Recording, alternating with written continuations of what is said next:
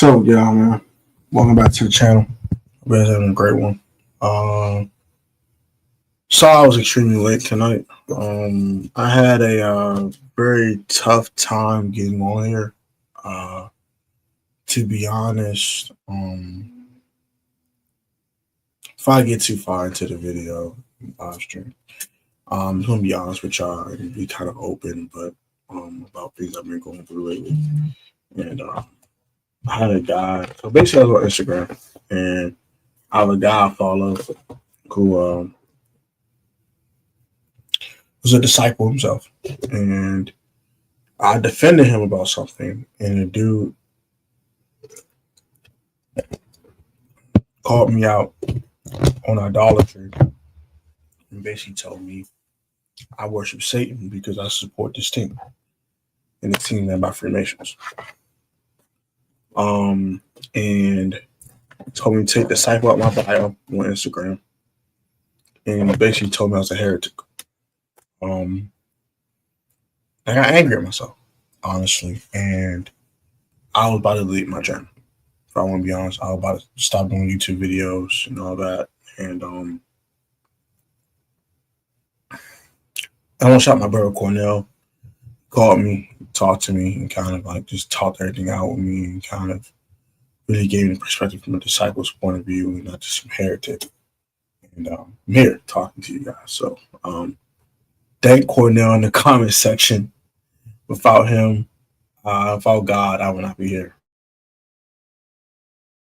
I would not be here without Cornell. So say thanks Cornell in the comment section for me. And bro, I love you, man. Appreciate you.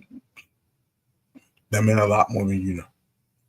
Let's get right to it. So I'm gonna recap day one of OTAs. Talk about why Terry McLaurin wasn't there. Let me tons of Marshon wasn't there.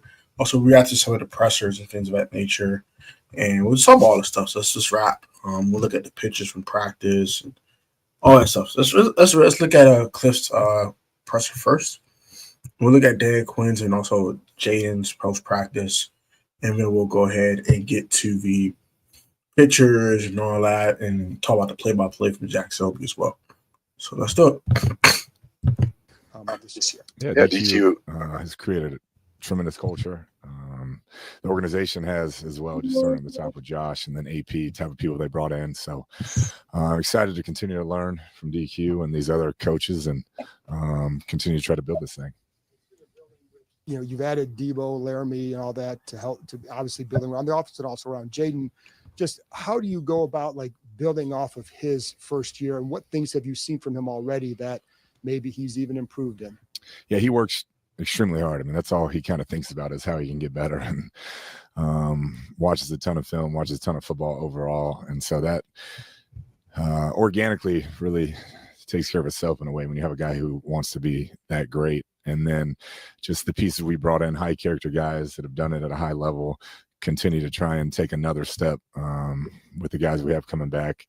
We're just working to get better. I think overall that's a group that's hungry, not just Jaden, but it's a group that's works really well together, very coachable, and wants to improve as a unit. Cliff, we saw the note you left for Adam Peters on draft night to take Josh Connerly. How was it being the GM for that pick, and why for you was taking an offensive tackle important there? Yeah, you know, I've known Adam a long time, so we always have fun with each other. But just being around Josh, the type of person he is, his makeup, competitive spirit, the desire to be great, and just he's young, and I think the skill set is definitely there, and the sky's the limit for the talent. I think building it, you see in our division, the team who just won the whole thing, they built it starting up front, and I think to try and keep up with those type teams, you got to continue to do that and stock that room. Injuries happen. You know, we're really impressed with the line last year and the job they did, but injuries happen, and you always got to try and get younger, and the more depth you have in that room, the better you're going to do. And obviously, I'm sure you had to get away for a little bit after the season, but your communication with Jaden over the course of the last few months, how did that work out? Did you guys meet in person, or was it just, you know, text, things like that? How did you guys yeah, just text and calls. he like I said, his mind is never very far away from the game. So if he sees something or has a thought, he likes to reach out and talk through it. And so that relationship has really grown, I think, kind of I love their relationship between Jaden and Cliff. I think it's a great bond. It feels like that Jaden can tell Cliff anything, and same with Cliff to Jaden, and it feels like they can like really be on the same page almost at all times. And like he said, right, Jaden's mind isn't never too far from football, so it feels like he's kind of always kind of fixated on the game of football a lot of times. So it's just easy for him to kind of communicate his thoughts to Cliff. So that's pretty cool. Figuring out where we want to continue to get better at. You talked about Connerly and building up that offensive line. How do you kind of see all those guys? Like, where do you see him playing? Is he a tackle, a guard? I think DQ said it. I mean, there's really one guy that we see is solidified through and through, and the rest are going to compete and continue to try and get better. And wherever he fits in, whether it's starting this year or next year or the year after. That's what I love about this culture DQ has. Everything's earned, and he'll have to earn it as well. And it's a competitive group right now. And when the season ended with Jaden, was there anything you really emphasized to him going into the offseason that you wanted him to work on? No. He's a guy, like I said, organically it's going to happen as you continue to work with each other, and he continues to figure out his game and this offense and master the offense. So it was more just get some rest because he wanted to get right back into it. So hey, get some rest, get away from it, and then attack it. And he's done that. I mean, he is very highly motivated to be as good as he can be, and that's always exciting for the organization. Regardless of where they end up, how will a bulked up offensive line affect you as a play caller? That's where it all starts as a play caller. So the ability to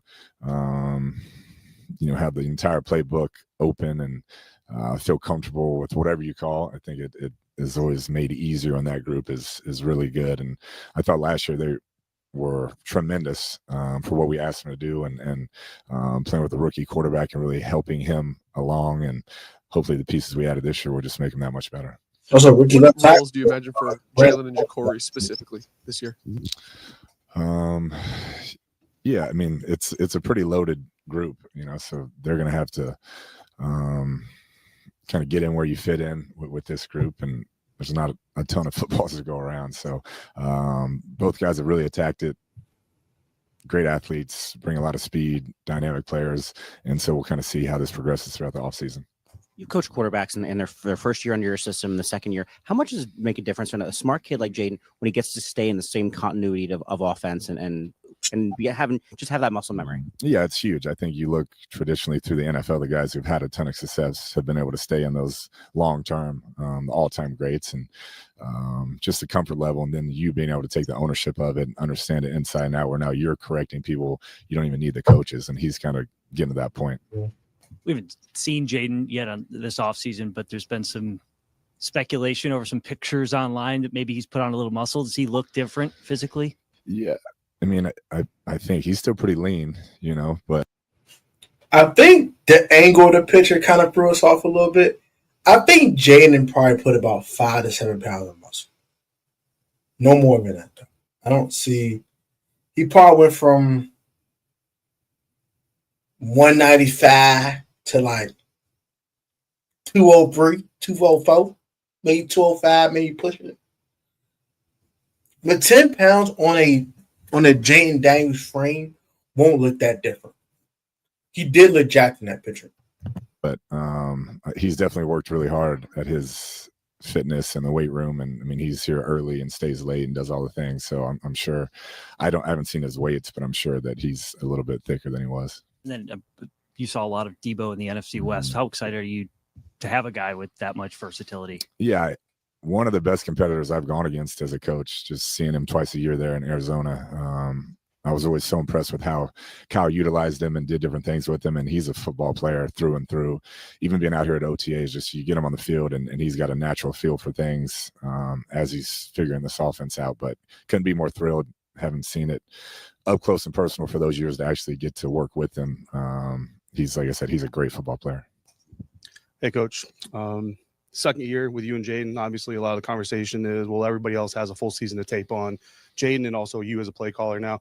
How much do you change and evolve your offense for the sake of changing, and how much do you try to anticipate the fact that they do have all that film on you now? Yeah, they have a lot of years of play calling on me, actually. So every year you just evolve and really try to maximize who you are as an offense. So we'll see where these new guys fit in. We'll see what we did well last year, what we think we can improve on, and then go from there. But like I said, the guys I've seen that improve year to year are the really hard workers, and that's what Jaden is. So I would expect him to take another big step. And I don't know if you can really quantify it, but if you can, or however you can answer it, how much are you pulling from your experience from Kyler's second season for Jaden's second season? Yeah, I think throughout my career, just guys that I've been able to work with in year two. Like I said, the biggest deal is just the ownership of the offense and the mastery of it, and where they are very comfortable in checks to the line and correcting guys, and the timing, the rhythm of plays, their footwork marrying up with every concept. I think that's where Interesting response. Really take a huge step. And traditionally, the second year has been a massive jump for those guys. Hey, Cliff, the running back room specifically, and Brian Robinson Jr. obviously is a big year for him. Up and down year last year. What do you see from Brian, and what do you expect kind of from that room, and from Brian especially this year in that running back room? Yeah, he's been really focused. The biggest thing that came out of last year, I think, was that any of the guys that we asked to go in and played at a really high level. And you know, Eckler in his role and what he was able to do, I thought he really had a resurgence, and all the other guys, whether it's J-Mac or C-Rod, whenever their number was called, they stepped up and played at a high level. But B-Rob's a guy who has played at an incredibly high level. I thought early in the year, when he was really healthy, you know, he was what we expect him to be, and the focus this offseason has been great. He knows what this year means to him and can mean to us when he plays at that level. Terry McLaurin and Adebo Samuel on the field the same. That's telling me all you B-Rob haters, y'all need to cut that out. Cliff trusts B-Rob, and so does DQ. Y'all need to leave B-Rob alone, all right? This JSM hype and all that, I have a much in-depth video about that later on this week or next week. But we got to stop hyping up JSM and stop down talking B-Rob like B-Rob was trash. B-Rob was not trash last year. He got hurt when things went left. When B-Rob was healthy, them first 6 weeks of the season, B-Rob was out here hooping. All right. And he played well in that playoff game, too, versus the Lions. So he had his moments last year, man. Time. I'm sure you're smiling already. How do they complement each other, their skill sets? How can you utilize them together as a package on the field? Yeah, both tremendous players. You know, Terry taking the top off, doing the things he does with his route tree outside, always scares defenses. And then Debo, just the myriad of ways you can use him, the touches you can get. He's hard to tackle. That first scan space rarely gets him down. And so just finding ways that he can continue to impact our offense and still get those other guys to football. And that you saw Jaden bulk up a little bit. Is that something that you and the coaching staff had requested of him or recommended, or did he do that on his own? I think just through, you know, getting older and working out, I don't think it was anything that we really said, hey, you got to be this weight or that weight. I mean, he knows what he has to do to protect himself and where he feels comfortable playing. But the arm strength, like, he looks better, and you can tell he's stronger. There's no doubt. And when you're bringing in new guys like Debo Samuel, like Laremy Tunsil, how important is this period, this OTA period, as you're learning your personnel and building that chemistry?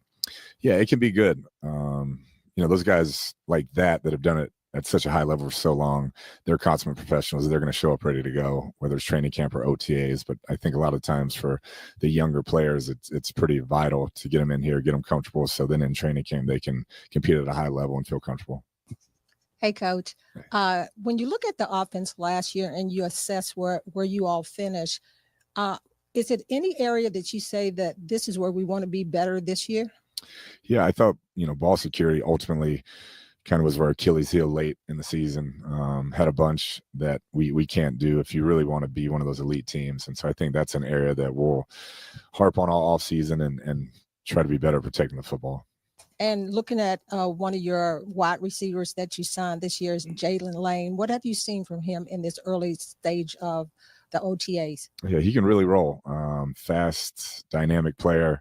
Had a great college career there, and very hardworking, very conscientious about his preparation, and it's really picked things up quick. We've kind of moved him around to try and challenge him inside, outside, and he's picked it all up. So I'm excited to see how he develops and does in training camp. Hey there, Coach. At this point in the season, right? It's in May, but you, in your role as offensive coordinator, what are you working on right now, and how does that relate to the overall performance of the offense? Yeah, trying to get the new players of the system, whether it's the young guys, the rookies, or the vets we brought in, really acclimated and comfortable. Some of the veteran guys have a pretty good feel for it. We really streamlined a lot of the stuff we did last year to make sure that this year, with this offseason, was more skill development and not as much scheme. And so really it's about going out there. We're not trying to scheme people up this time of year, but see how you can execute your one-on-ones, win your one-on-ones, work your route technique, things of that nature. And a popular topic is the schedule, right? Old NFL, schedule drop and all of that. How much do you look at the schedule now, or is it still kind of like, we'll just wait until the season gets here and go week to week? Yeah. I mean, you go week to week, really. The Madrid one will be cool. I'm a big Europe guy, so I'm stoked about that. But other than that, it's, every time that drops, it's the NFL, and every game looks tough on your schedule. Having potentially more talent on your offense, obviously faster, younger. I know that. How is it going to be for you to keep everybody happy and not have, these egos come to fruition because maybe they're not getting their call in a particular game?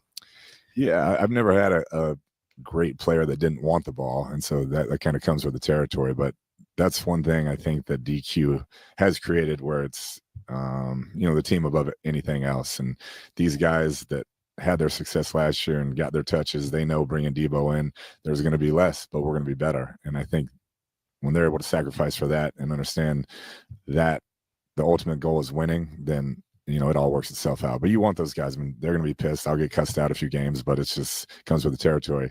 You'd rather have really good players cussing you out than bad players cussing you out. So. And then, when you look at the receiver room, obviously with Terry, Debo, and now Jalen to go with Luke and some other guys, do you feel like they're more interchangeable, that you could play them at all the same positions if need be? We're working towards that. And Noah Brown being back, I thought was huge to get him back. We got to get him healthy, but a lot of guys who understand the system now, played at a really high level, played great in critical situations last year. And so that'll help the young guys come along. But most of those guys can play their inside or out, which is really what you're hopeful of. Just one more quickly about the schedule. When you see all these primetime games, do you get excited about the opportunity to be showcased on, national TV, or do you look at it more as it screws up my typical week of preparation? Yeah, I get more excited for the players. This is why they do it. To be in those moments and play in those games and work that hard their entire lives to get here. So to have their friends, family, everybody get to see them in that showcase, that's really exciting for those guys. So preparation is always going to be tough in the NFL. It's going to be a busy year. I think it's more, you got to appreciate when you get to an opportunity to play on those stages. Dave, you got last one. Coach, talk about this time of year being about developing a player that is about getting these teams for Luke McCaffrey. Where do you kind of want to see this? Yeah, I think just mastery of the system more than anything. Like I mentioned last year, had him learn inside and outside, really kind of overloaded him, but you can see the comfort level is there this year. I mean, just watching him move around. He's not thinking as much. He's playing fast and letting his natural gifts kind of take over, and that's what we want to see. So I expect him to take a big jump. All right, thank y'all. We'll come grab you. It's kind of interesting because we got to go through That was Cliff's presser. I agree with most of the things he stated in that presser. I like what he said about Jaden's progression. Also talked the primetime games and talked about he wanted to go to Madrid. That should be fun. Who's going to Madrid? I'm not going. I don't have Madrid money, but you going to Madrid? Going to Madrid? Let me know. You got some Madrid money to give me? Let me know. But I look at some clips from practice. LB's a fool. Talk about this whole mismatched cleat thing. I don't even want to talk about that stupid crap. It piss me off. So I'm not even gonna do that today. So let's look at what everyone's talking about. This is Josh's new video. I'll watch that later. Of course, Terry McLaurin was absent today about that. We'll talk about that in a little bit. Welcome to the NFL. Yeah, he got a little bit more weight on. Now, okay, it's a more clear picture. He has a little bit more weight on him. Not a lot.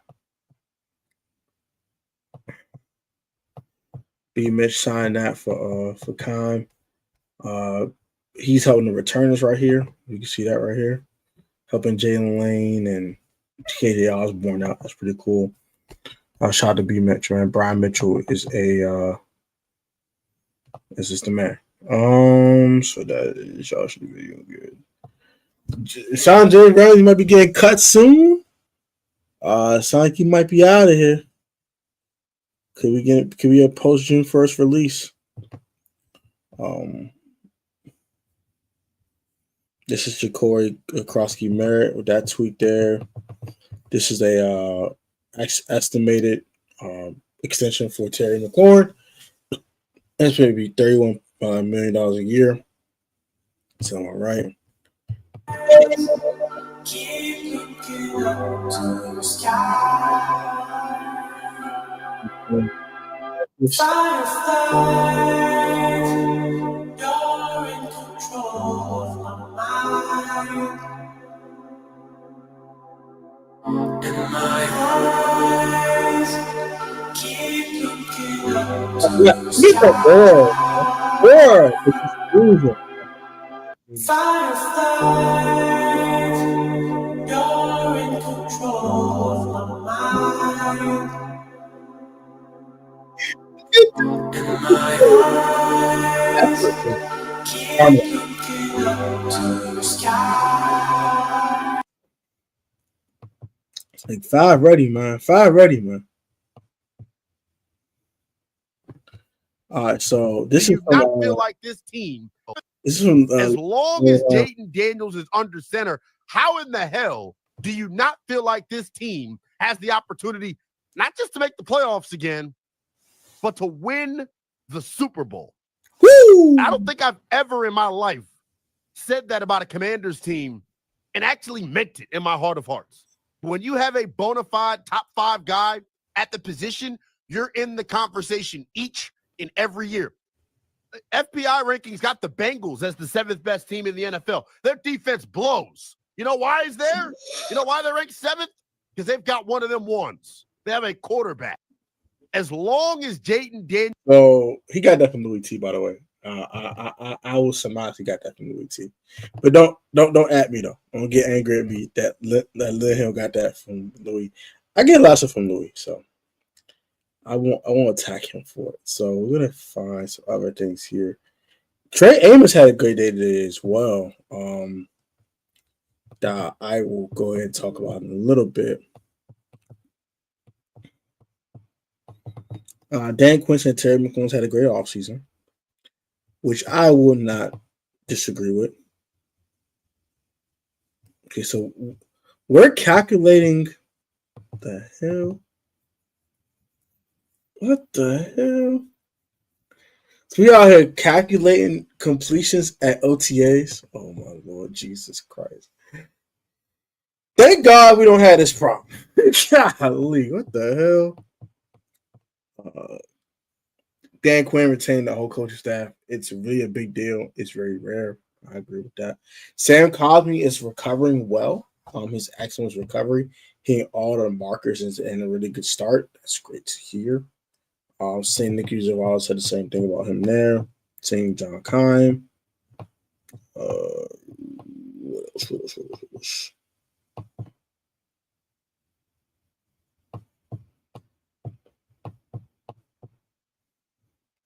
Terry McLaurin at OTAs. Big deal, not a big deal. I have a video about that later.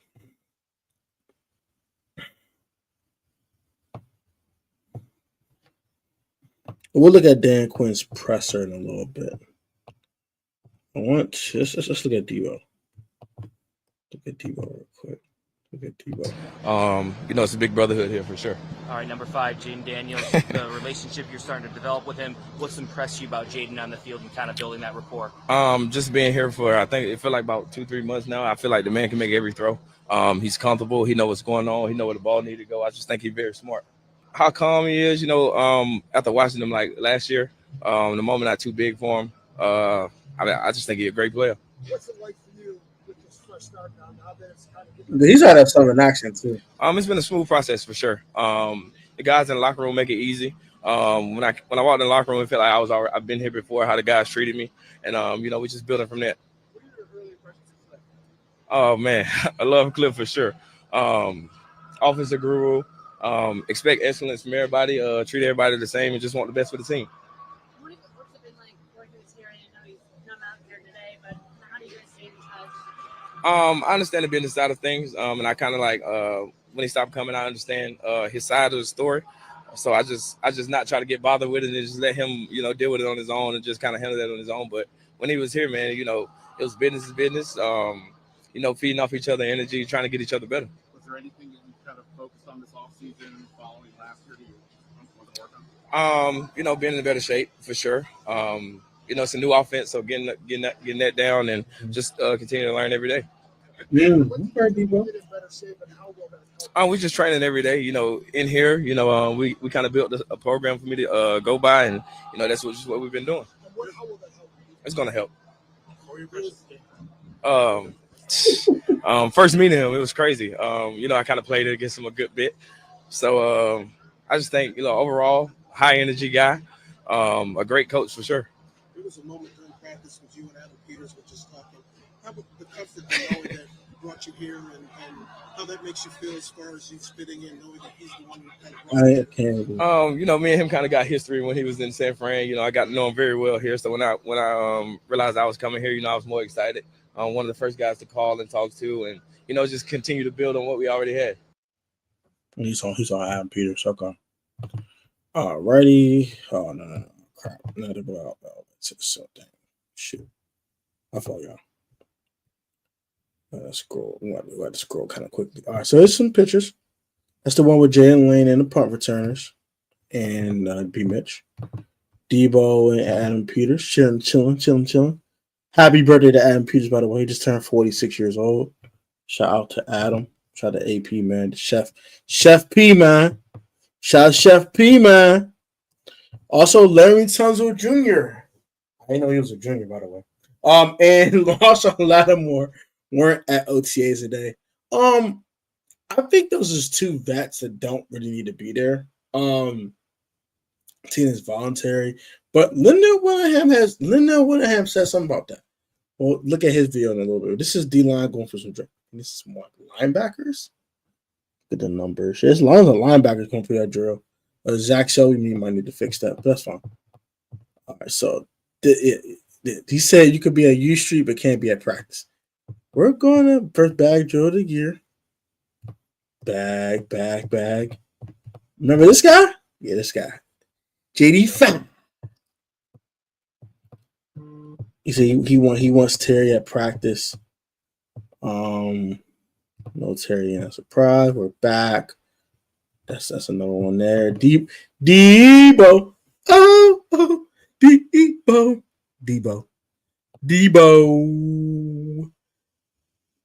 leading receivers in drills because there's no Terry, obviously.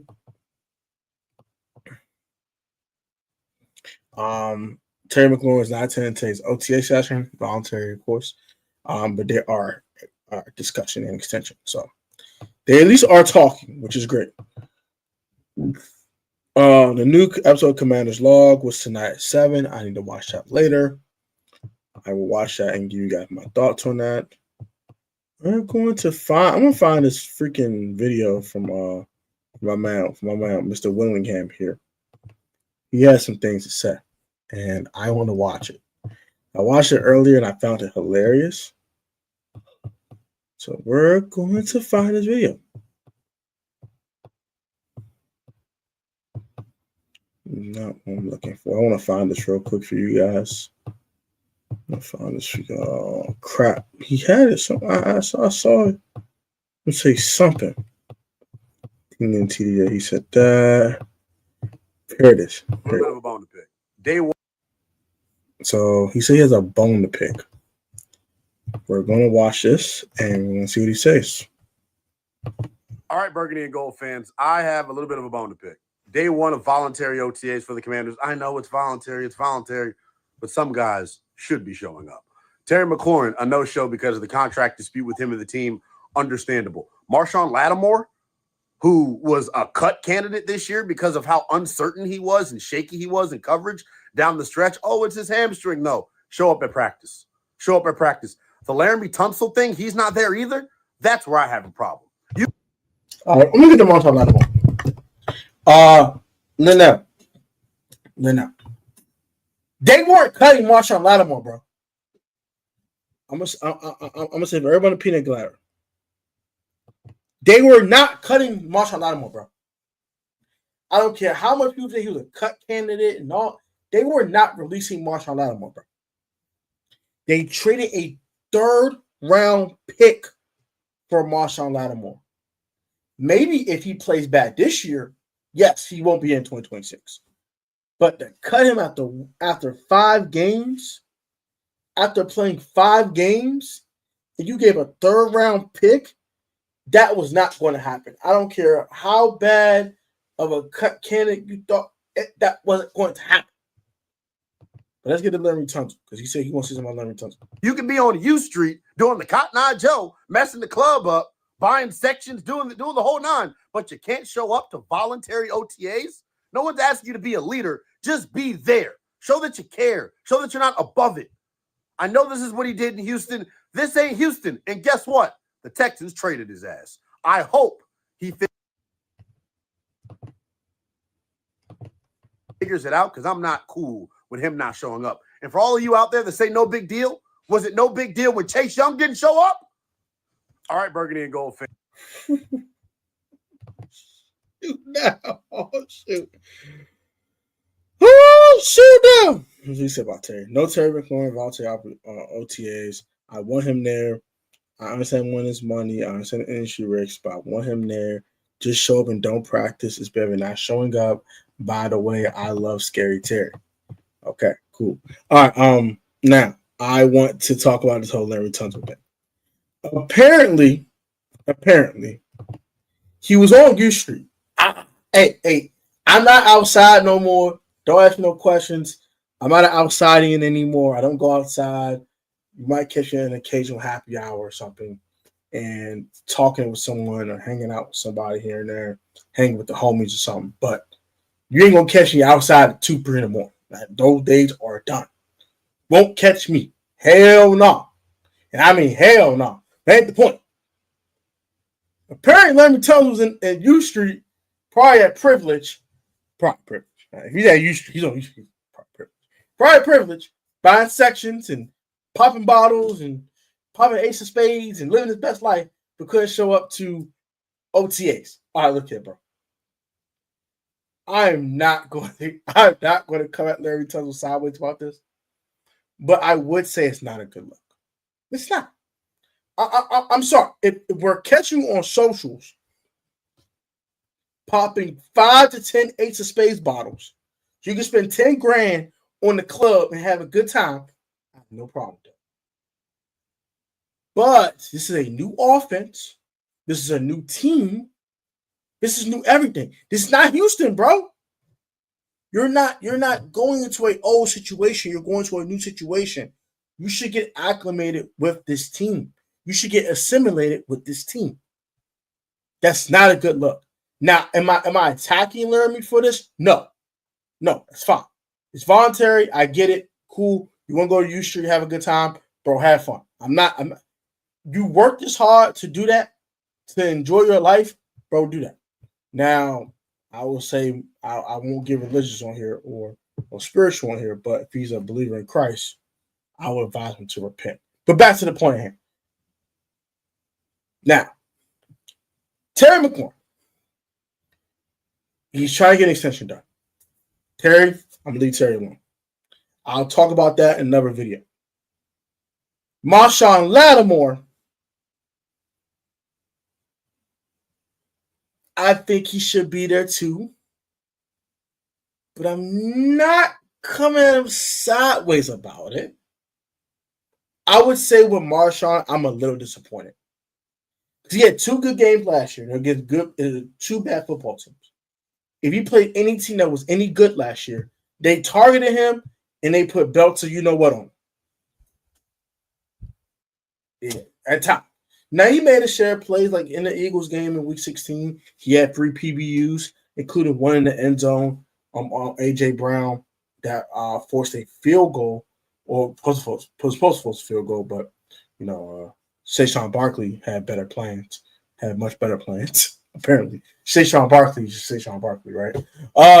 So all I'm saying is this, though. I'm not going to kill them 3-4 not showing up. I would like to see Terry McLaurin, but at the same token, bro, it's not mandatory minis. Now, I will say this. If Laremy Tunsil ain't mandatory minis, then we got a problem. A big problem. A humongous problem. If Marshon Lattimore don't bring his hind pots to daggone mandatory minis, we have a freaking problem. Terry McLaurin, too. Bring your hind pots to goddamn mandatory mini camp on June 10th. I better see all 3 of y'all know in the deck. God forgive me. But I bring all 3 of y'all know asses daggone mandatory minis. All 3 of y'all. All 3 of y'all. Bring her behind. I don't want to hear it. And Terry's contract should be done by then. God darn it. Now leave them 3 alone for now. Mandatory minis, we could talk. Right now, all 3 of them get a pass. I won't come in them sideways. Now, I will say with Laremy, not the best look. With Marshon, I sort of get it, but bro, I kind of want you there. A little disappointed. So with Laremy, bad luck. Marshon disappointed. Terry, I get it. Those are my 3 reactions, them 3 not being there. Let's talk about the actual practice session. Jaden Daniels threw 2 picks today, y'all, at practice. Now, one was a tip drill, and the other one was a hell of a play. All right. Trey Amos had a hell of a play on interception. Shout out to All Pro Revo. He also had an interception on a tip pass from JD5. So shout out to also Jeremy Reeves today. We'll get to the play-by-play. I'm going to go and wrap up the stream. But I want to just talk about the whole Laremy Tunsil thing and the whole what's his face? Terry McLaurin thing very briefly, but also I really want to talk about Marshon Lattimore too. And they're 3 very prominent players on this roster. So I get why people feel step away or they're kind of mad about it or whatever. But I think it's fine. It's not the end of the world. I'm not going to attack them for it too much. I just want them there at mandatory minis. If they're there at mandatory minis, I don't give a crap. Them not being there today, I'm not going to kill them for it. But them not being at mandatory mini camp, then we got a darn problem. I ain't going to cap.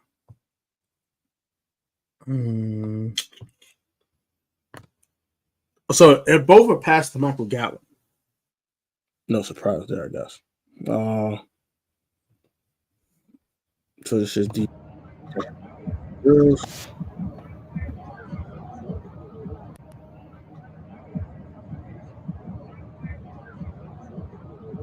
I don't love Debo's hands, bro. I don't love Debo's hands.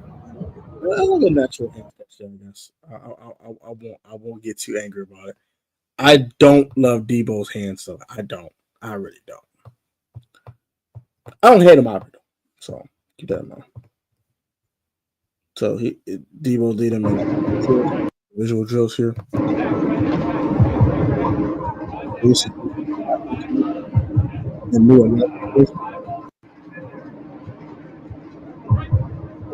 Brown, number 19.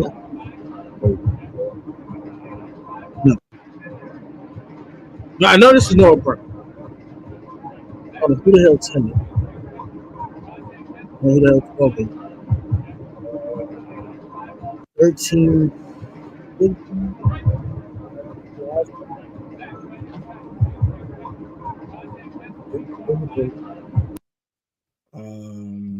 Crap. Keep going back.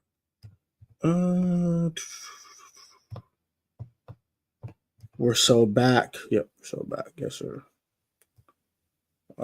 And the only play-by-play we got today was the interceptions by Jaden Daniels.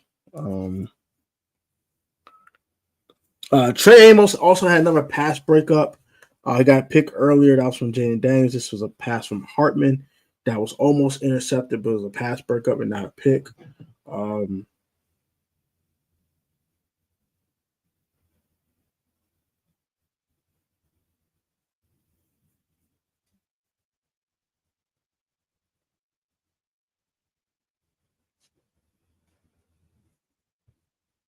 My fault, yeah, sorry. But yeah, so because Jaden Daniels addressed the media, we'll talk about that in a little bit. Let's see what Jaden had to say, and we'll probably go wrap up the stream. So I want to go ahead and the legend. Yeah, I'm glad Brian Mitchell showed up today. That's pretty dope. Yeah, so that's what Five talking about. Those moves, and especially like a guy like Laremy, Debo, Josh Connolly. What was your reaction to those moves, and especially like a guy like Debo, who's you can have a lot of connection. I mean, obviously, it's exciting when you're able to get players like that have been producing this league for some time. So I was most definitely excited. I was excited to get to work with them. Hey, Jaden, good to see you. How was it navigating this offseason coming off the year that you had? I mean, it was fun just to sit back and reflect and figure out how I'm gonna move throughout this offseason and move forward. But other than that, just living life, still working and training. And the internet has a lot of questions about whether you've gotten a little stronger, bulked up a little bit. What was that part of the off seasons to try to work on getting a little bit bigger, and if so, what'd you do? I was just in the weight room, just working out. You're always trying to improve in different areas, but I don't know what to say about that. Just let the people talk about it.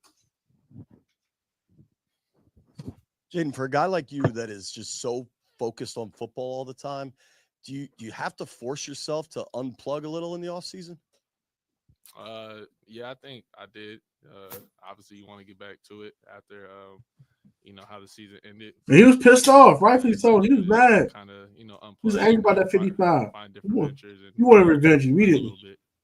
Cliff talked about how this year it's different. It's not as much implementation of a playbook. Now you guys know the playbook. So what are you kind of focused on in this set of OTAs that's a lot different than it would have been last year? Getting on the same page with the guys. There's some guys that played with me last year, some new guys, so trying to get them up to speed. And 13 was Michael Gallup, I think, or 16 was Michael Gallup. Both Michael said this was a hungry group. You kind of mentioned it, but how is the culture from year one to year two? If things carried over, or I know the NFC Championship left a sour taste in your mouth. Like, what is the feeling of this squad in May? Yeah, I think it's it's a standard set. You got the core guys that set the standard, and we got those guys back. So we're bringing in new people, and we're holding them to that standard. But we know everything is not going to be given to us. We got to go out there and earn it each and every day. And you mentioned second year with the same system, same coordinator. What does that do for a quarterback in terms of the muscle memory of knowing that you have the same offense and you don't have to learn a whole new system? I mean, the main thing is just being comfortable. Like I said, familiar with the play call, familiar how you call plays, and what we're trying to accomplish, playing to play out. Sorry to go back to this, but was there any concerted effort on your part to try to put on more muscle in the off season?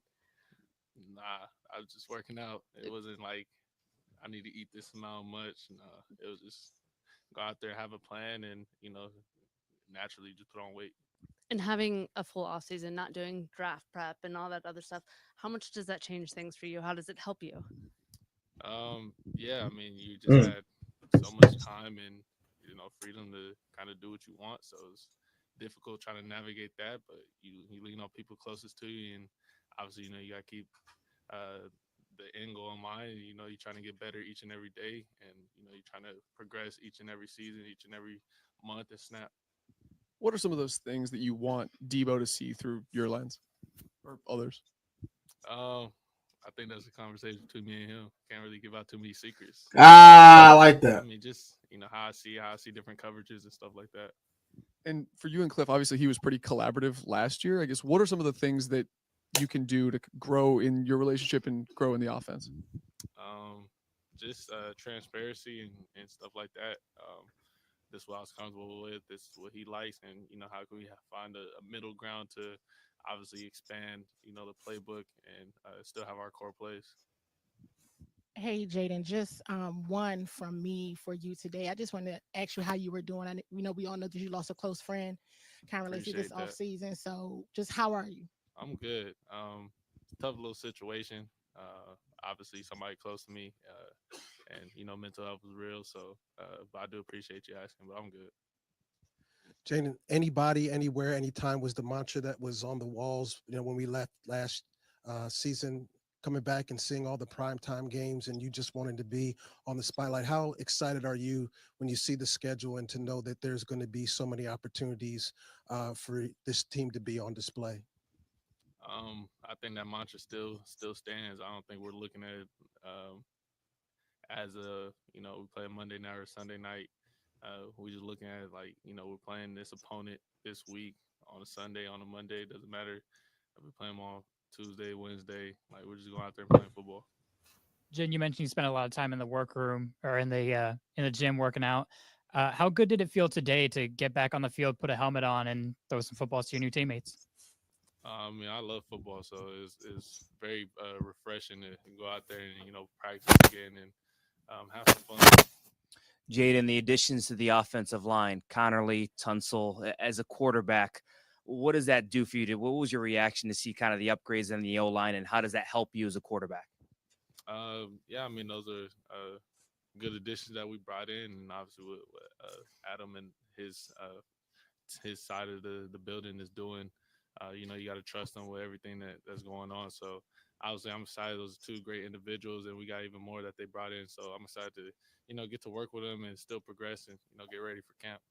With your success last year, your popularity is skyrocketing across the NFL, and you're doing a great job of remaining grounded and not kind of getting caught up, with the outside stuff. How do you do that? Like, is that a challenge of just trying to put the blinders on in a sense?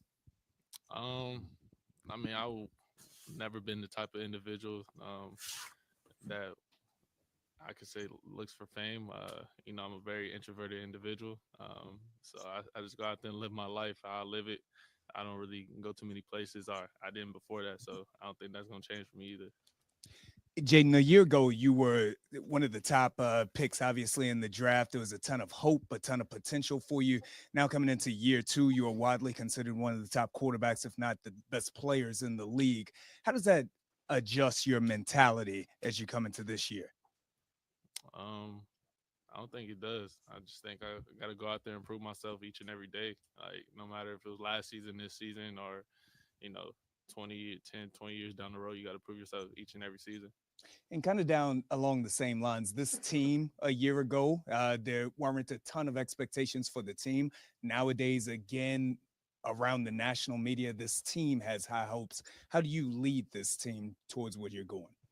Yeah, outside noise doesn't matter. You got to go out there, like I said, keep proving yourself.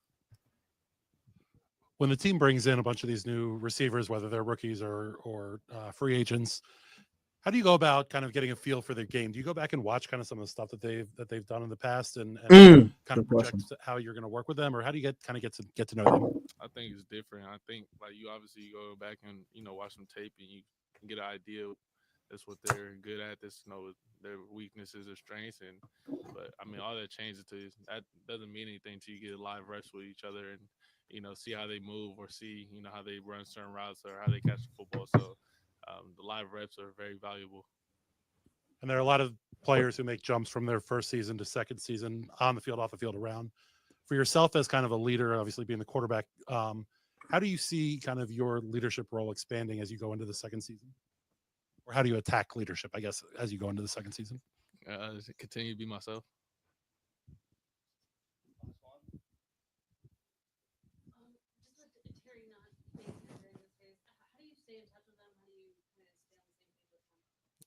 me and Terry got a good relationship outside of football. So, obviously he got to handle what he has to handle, and but that doesn't change anything. The fact that he's part of our brotherhood. We know Terry's working and everything, so we got to get better, and he knows we got to get better each and every day.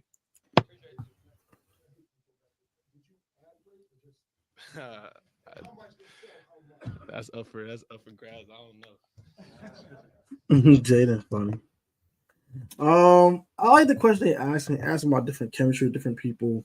Also asked them about how he feels in year 2, how we attack the popularity. I'm very proud of the woman who asked him the question about Kyron Lacey, his former teammate LSU and good friend of his that committed the S word during the offseason right before the draft, and how he felt about that, how he's feeling. That means a lot when people check on people like that. Because reporters want to know all these extra juicy questions, and they just ask how he's doing. That's beautiful. Shout out to that reporter. Very appreciate that. And he asked the questions very well. In Jaden fashion, I'm not surprised he asked those questions. He answered those questions gracefully. And I love that he's humble. He's very introverted. He just stays out the way and just want to play ball.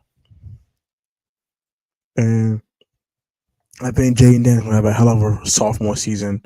A lot of people scream sophomore slump. This kid's putting in work. Same Dwayne Haskins going in 2019, going in 2020. This is not Robert Griffin III all in for week 1 after 2012. This kid's different. And I think we got one-on-ones, dog. I ain't gonna lie to you, but that's going to do it for today's video for the OTA day 1 reactions.